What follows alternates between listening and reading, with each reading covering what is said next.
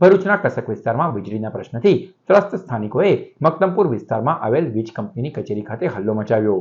ભરૂચ શહેરના કસક વિસ્તારમાં રહેતા સ્થાનિક રહેવાસીઓએ વારંવાર વીજ પુરવઠો ખોરવાતો હોવા અંગે તંત્ર સામે ગંભીર આક્ષેપો કર્યા છે।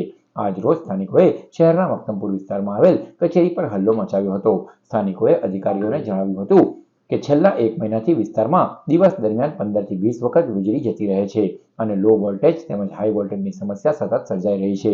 ડીજીવીસીએલ અને કસ્ટમર કેરમાં અનેક વખત ફોન અને લેખિત રજૂઆતો કરવા છતાં સમસ્યાનો કોઈ કાયમી ઉકેલ આવ્યો નથી। વીજ પુરવઠામાં અસ્થિરતા હોવાને કારણે ઘરોમાં ઇલેક્ટ્રોનિક ઉપકરણોને નુકસાન થવાની ભીતિ પણ વ્યક્ત કરવામાં આવી છે। અરજદારોના કહેવા મુજબ વિસ્તારમાં ક્યારેક 200 વોલ્ટ તો ક્યારેક 280 વોલ્ટ સુધીનો અસ્થિર કરંટ મળતો હોવાથી ઘરગથ્થુ ઉપકરણો માટે જોખમ ઊભું થયું છે। સ્થાનિકોએ તંત્રને માંગ કરી છે કે વિસ્તારની સમસ્યાનું તાત્કાલિક નિરાકરણ લાવી નિયમિત અને સ્થિર વીજ પુરવઠો સુનિશ્ચિત કરવામાં આવે। છેલ્લા 1 વર્ષથી અમારા એરિયામાં અમે પ્રોબ્લેમ ફેસ કરી રહ્યા છે હાઈ વોલ્ટેજ લો વોલ્ટેજનો। હું જાતે ઇલેક્ટ્રિકલ એન્જિનિયર છું એટલે આ પ્રોબ્લેમમાં બહુ ડીપમાં જાણું છું।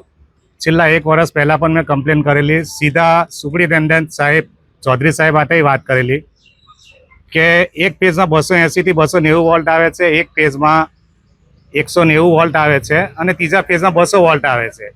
હવે લાસ્ટ યર એવું થયું હતું કે મારા ઘરમાં સબમર્સિબલ પંપના કેપેસિટરો ફાટીને આગ લાગવાના ચાન્સ હતા। ઘરવાળાએ સમય સૂચકતા વાપરીને એ ઘટનાને અટકાવી દીધી।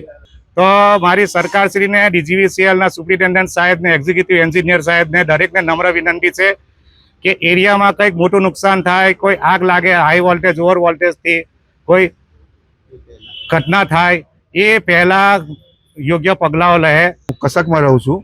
અત્યાર સુધી લાઇટોના એટલા પ્રોબ્લેમ થયા છે કે વારંવાર 2-2 કલાક 4-4 કલાક લાઇટ જાય છે ને લોકોના નુકસાન। બીજું કે મારા ઘરના તો 2-2 પંખા બી બળી ગયા છે, મારા ફ્રીજમાં બી પ્રોબ્લેમ થયો છે ને વારંવાર આ તકલીફ થઈ રહેલી છે। 5માં આવેલું છે કસક વિસ્તાર। આ વિસ્તાર લાગે છે પ્રીતમની બાજુમાં, શીતલની બાજુમાં અને પટેલ સોસાયટી બી આવેલી છે।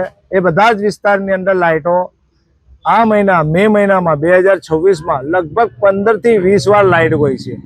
અમે અવારનવાર સુરત, અવારનવાર મક્તમપુર વીજ પુરવઠાને ફોન કરીએ છીએ અને રૂબરૂમાં બી આવીને અમે કમ્પ્લેન આપેલી છે, પણ આજ દિન સુધી એનું સોલ્યુશન આવ્યું નથી। લગભગ 15 થી 20 વાર લાઇટ ગઈ છે અને આજનો દિવસ જે છે એ સવારે 6:30 વાગ્યાની લાઇટ ગઈ છે।